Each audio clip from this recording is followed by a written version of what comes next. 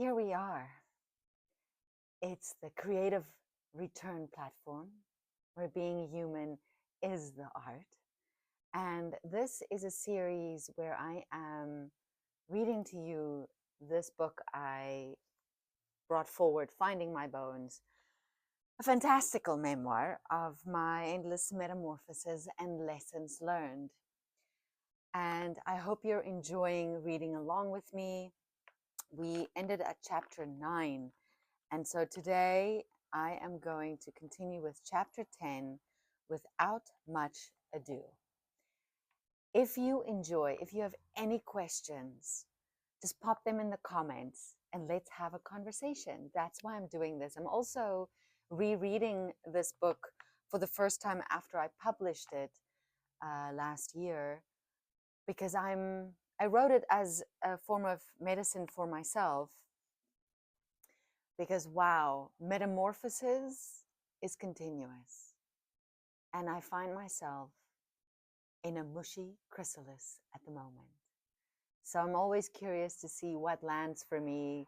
And now as I share into this beautiful abyss where all of you can find it and read along with me, let me know what it sparks for you, and any questions. Let's really dive in a little bit. And also, note where you are. What day is it? What year is it? Where are you in the world? Name the place, the time, the date, and your name. And call yourself home into this present moment. And then take a deep breath in. Fill up and release. Release all that doesn't serve you. And so, excuse me. Interesting, all the ways resistance shows up, but I am committed to share this with myself and you all over again. And so the journey continues, and we are in chapter 10. We have never met, and the more we searched for connection, the more unlikely it seemed. Yet the familiarity between us was undeniable. I was relieved to have work, to bring home money, to pay rent, and to start saving for the next adventure.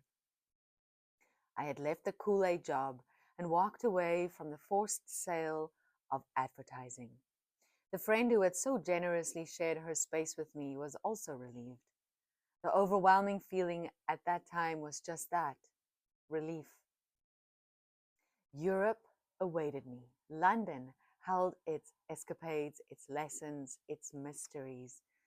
The adventure was far from over. Looking back on that time in London during the job hunt, when desperation shadowed my every step, I know now my guardians were with me. I remember one particular day. I was hungry, lonely, and tired. A group of strikingly beautiful women noticed me. They invited me to lunch at an elegant restaurant in Leicester Square. They were from somewhere in the Middle East. Their presence was warm, their words like honey, making me feel seen and unique. I was grateful for the company and drawn to them. The idea of a potential sale crossed my mind. Perhaps I could turn this moment into an opportunity. And then something shifted. A force pulled on me like a bridled horse being reined in. I noticed the way they glanced at each other and then out to the street. The air thickened and the conversation twisted. They were making the sale now. It was subtle but clear. They were recruiting, and I, in my desperation, was an easy target. I kept smiling, kept laughing, agreeing with their every word.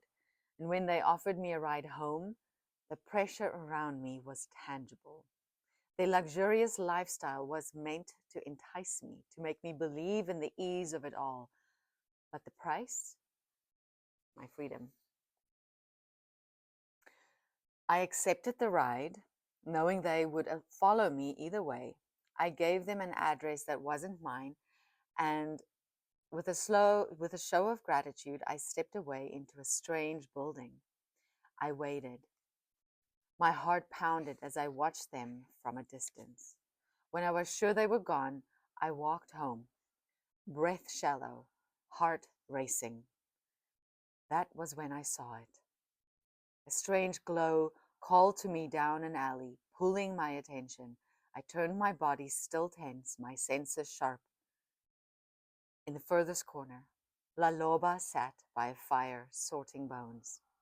She looked up and grinned at me, a twinkle in her eye, and just like that, I exhaled.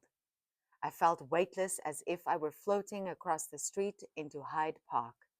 Beneath a sprawling oak, I crouched down and picked up a bone. In that moment, I understood. My bones lie where my intuition guides me. When I listen and follow that inner knowing, I am always safe. My bag of bones, little gifts of myself, is gathered as I move through this world, expanding with each experience and manifested thought. As I share these intimate experiences and peel back layers of my story, our connection deepens, yours and mine. My story becomes your story. We are all getting lost and finding our way back, taking different paths to the same place, the place where we feel accepted, loved exactly as we are in this moment. My life has never been dull. It is vibrant, raw, and ever-changing. At times, emotions swell within me, my heart threatening to explode with anger or sorrow. I have learned to accept disappointment, though it remains my least favorite feeling, perhaps because it's a false idea. When I truly examine it, I see there is nothing to be disappointed about. Disappointment is a sign, a signal that I have drifted from my center, that I am out of alignment with my mind, body, soul, and ego at odds. But my inner knowing and my inner being knows the truth. It knows that all experiences, every single one, are good. We are alive, and that alone is enough. I needed to hear all of that today. In this mushy chrysalis I find myself in, where metamorphosis has led me back into the cocoon. And then as we turn to mush, the chrysalis, the birth imminent. Where are you? How are you doing? Drop in, subscribe, like, share, comment. I am reading all of it, and I am here for it, for this conversation with you. All right? Have a beautiful day.